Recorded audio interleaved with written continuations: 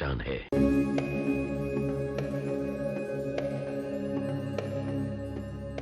नमस्कार, स्वागत है आपका न्यूज़ 18 पर। मैं हूं आपके साथ अनामिका सिंह और इस वक्त मौजूद हूं मैं प्रभु राम की नगरी अयोध्या में। अयोध्या से इस वक्त जो तस्वीर सामने आ रही है वो बेहद खास और अलग है। अयोध्या रोशनी से झिलमिल हो उठी है। रंग बिरंगी रोशनी से अयोध्या से जो छटा निकल के सामने आ रही है वो वाकई मन को विभोर करने वाली है। इस बार दीपोत्सव के मौके पर अयोध्या एक नया कीर्तिमान रचने भी जा रहा है। जब इसी राम की पैड़ी पर 9 लाख दिए झिलमिलाएंगे तो तस्वीर बेहद अद्भुत और अलौकिक होगी। लेकिन कुछ ऐसी ही तस्वीर बाबा केदारनाथ धाम से भी सामने आ रही है, जहां पर पीएम मोदी के आगमन को लेकर तैयारियां जोरों पर हैं। पीएम मोदी दीपावली के अगले दिन यानी कि 5 नवंबर को केदारनाथ के दौरे पर हैं। लिहाजा पीएम मोदी के आगमन से पहले वहां पर तैयारियों में सरगर्मियां बढ़ी हुई हैं। बाबा केदारनाथ धाम को फूलों से सजाया जा रहा है। पीएम मोदी के स्वागत की जोर शोर से तैयारियां की जा रही हैं। अगले आधे घंटे तक हम आपको दिखाएंगे राम की नगरी से लेकर शिवधाम की हर तस्वीर। बने रहिए हमारे साथ।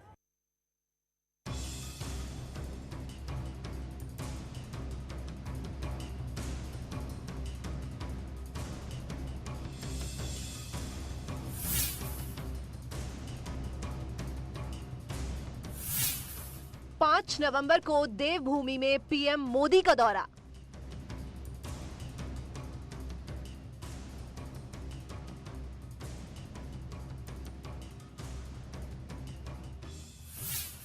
पांचवी बार पीएम मोदी का केदारनाथ दौरा।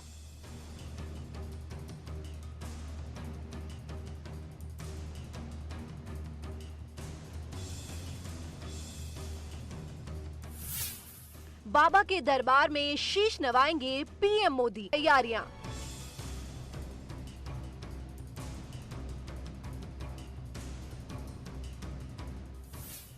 पीएम के दौरे की तैयारियों में जुटे सीएम धामी।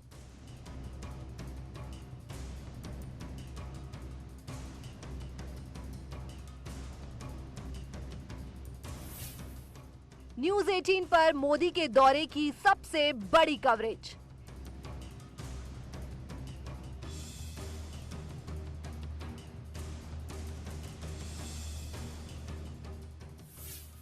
केदारनाथ के साथ देश के 11 ज्योतिर्लिंग लाइव।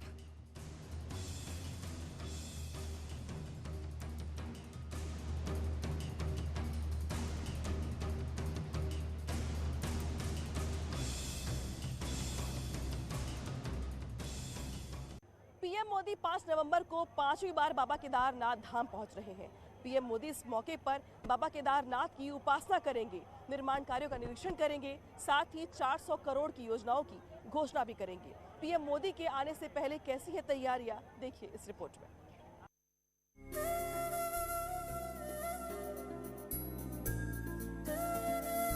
6 नवंबर को बाबा केदार के कपाट शीतकाल के लिए बंद हो जाएंगे। इससे पहले 5 नवंबर को पीएम नरेंद्र मोदी बाबा केदार के दरबार में पहुंच रहे हैं।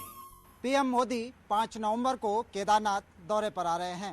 केदारनाथ के 5वें दौरे पर पीएम मोदी 100 पवित्र स्थानों पर भी शीश नवाएंगे, साथ ही जगत गुरु आदि शंकराचार्य की मूर्ति का अनावरण भी करेंगे।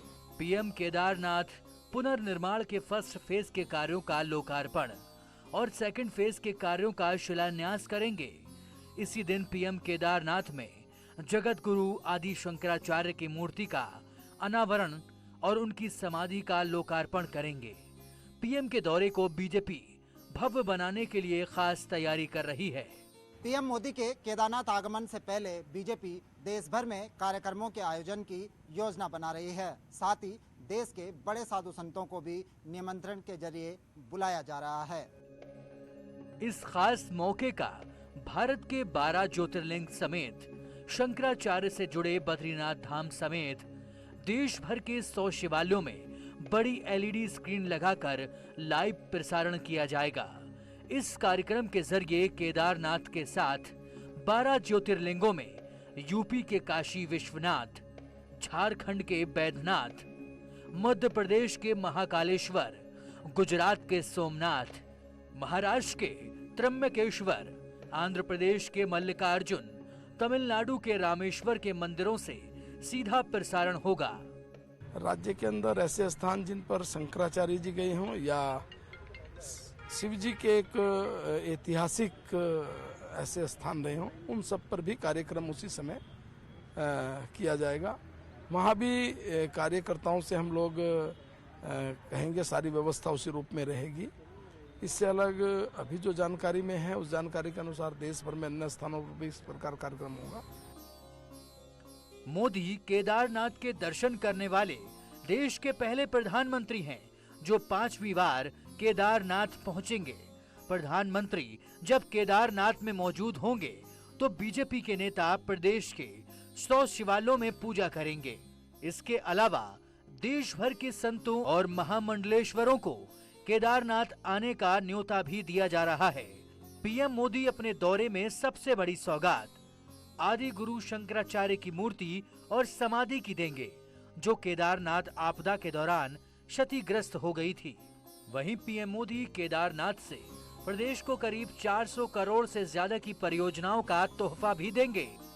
भगवान केदारनाथ की भूमि पर आदि गुरु शंकराचार्य जी की मूर्ति का अनावरण करेंगे। अन्य योजनाओं का भी शिलान्यास और लोकार्पण दोनों करने वाले हैं। निश्चित रूप से हम प्रधानमंत्री जी का धन्यवाद करना चाहते हैं कि जो उन्होंने यहाँ पर काम किया है, केदारनाथ जी में जो उन्होंने उनकी सोच, उनका विजन है, पूरी दुनिया भगवान केदारनाथ जी के दर्शन करे। इस प्रकार का भव्य स्थान उनके नेतृत्व में बनाया जा रहा है। दिवाली के अगले दिन पीएम के दौरे को लेकर सीएम धामी युद्ध स्तर पर तैयारियां कर रहे हैं। इस दौरे पर कोई कोर कसर न रहे, इसके लिए प्रदेश के अलग अलग जगहों पर दौरा भी कर रहे हैं ताकि पीएम मोदी के 5वें दौरे को सफल बनाया जा सके। पीएम मोदी के कार्यक्रम के लिए उत्तराखंड के मुख्यमंत्री पुष्कर सिंह धामी अपनी ओर से कोई कोर कसर नहीं छोड़ना चाहते। उन्होंने देश भर के कई वीवीआईपी के साथ ही अन्य राज्यों के मुख्यमंत्रियों को पत्र लिखकर पीएम मोदी के कार्यक्रम के लिए इनवाइट किया है। साल 2013 में केदारनाथ में भारी तबाही आई थी, जिसमें आदिगुरु शंकराचार्य की प्राचीन समाधि भी बह गई थी। इसके बाद अब आदिगुरु शंकराचार्य की समाधि का पुनर्निर्माण करवाया गया है। 5 नवंबर को पीएम मोदी अपने दौरे के दौरान आदिगुरु शंकराचार्य की समाधि स्थल का उद्घाटन करेंगे, तो वहीं उनकी प्रतिमा का अनावरण भी करेंगे।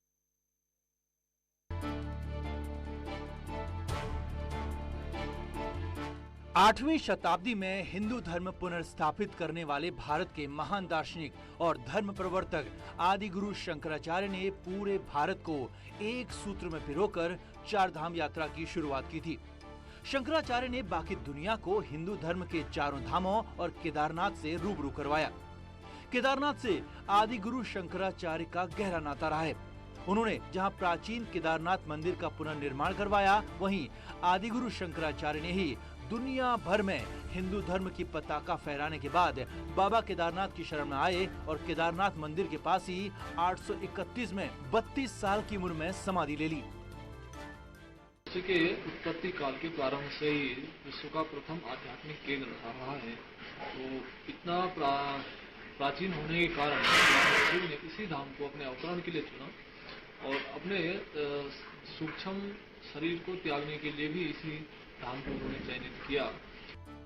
साल 2013 की आपदा में शंकराचार्य की प्राचीन समाधि स्थल भी जल प्रलय में तबाह हो गई। पीएम मोदी ने शंकराचार्य समाधि स्थल को अपने ड्रीम प्रोजेक्ट में शामिल किया, जिसके बाद यहाँ काम तेजी से हो रहा है।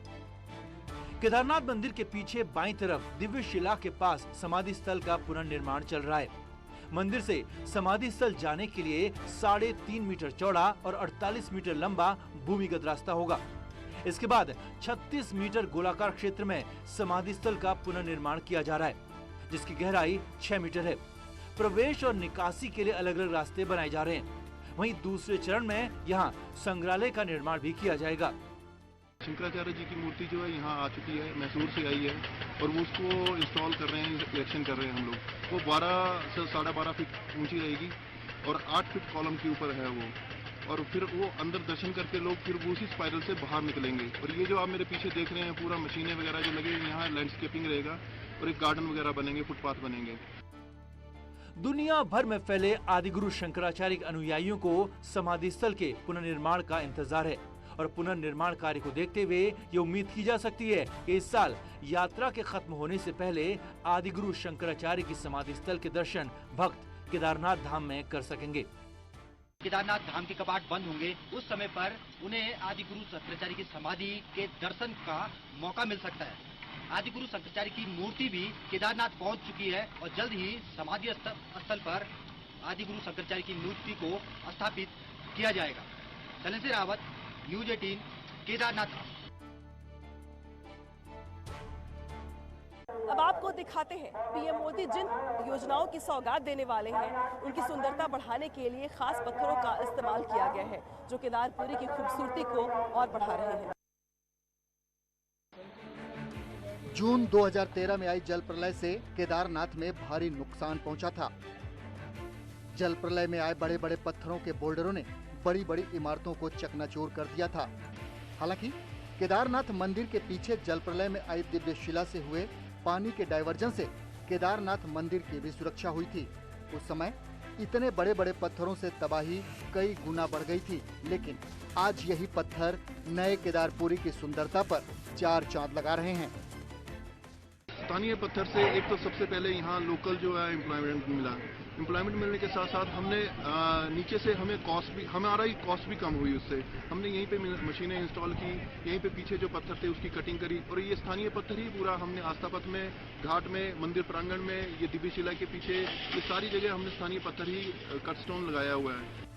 केदारनाथ बाढ़ में आए करीब 1 लाख पत्थरों को तराश कर और नक्काशी कर टाइल्स बनाए गए हैं, जिनसे केदारनाथ मंदिर का मुख्य रास्ता, मंदिर प्रांगण और सरस्वती और मंदाकिनी नदी के किनारे सुंदर आस्था पथ बनाया गया है। यहाँ तक कि भवनों और तीर्थ पुरोहित आवासों से भी स्थानीय पत्थरों को लगाया जा रहा है। बड़ी बात यह है कि इन पत्थरों को तैयार करने में ज्यादा खर्च भी नहीं आ रहे हैं।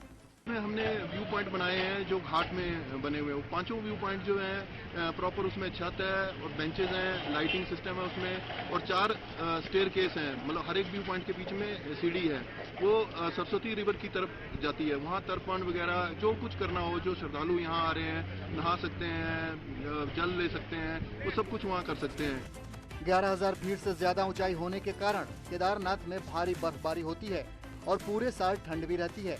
ऐसे में यहाँ टाइल्स का टिकना संभव नहीं है। ऐसे में केदारपुरी के पुनर्निर्माण में 2013 बाढ़ में आए पत्थर अब महत्वपूर्ण भूमिका अदा कर रहे हैं। और काफी खूबसूरत ये पत्थर है और पूरे पुनर्निर्माण कार्य में ज्यादातर इसी पत्थर का उपयोग हो रहा है। ऐसे में जो पहाड़ी शैली में पूरी केदार वैली का पुनर्निर्माण हो रहा है, कहीं न कहीं एक नया संदेश दे रही है और एक जो मजबूती है, क्योंकि स्थानीय पत्थर है, स्थानीय यहाँ पर ठंड में यहाँ पे लगना है, यहाँ बर्फ पड़ती है, तो इस परिस्थिति में ये पत्थर यहाँ के पुनर्निर्माण में काफी मददगार भी साबित हो रहा है और सुंदरता भी केदारनाथ की इससे बढ़ रही है। शैलेंद्र रावत, न्यूज 18, केदारनाथ धाम।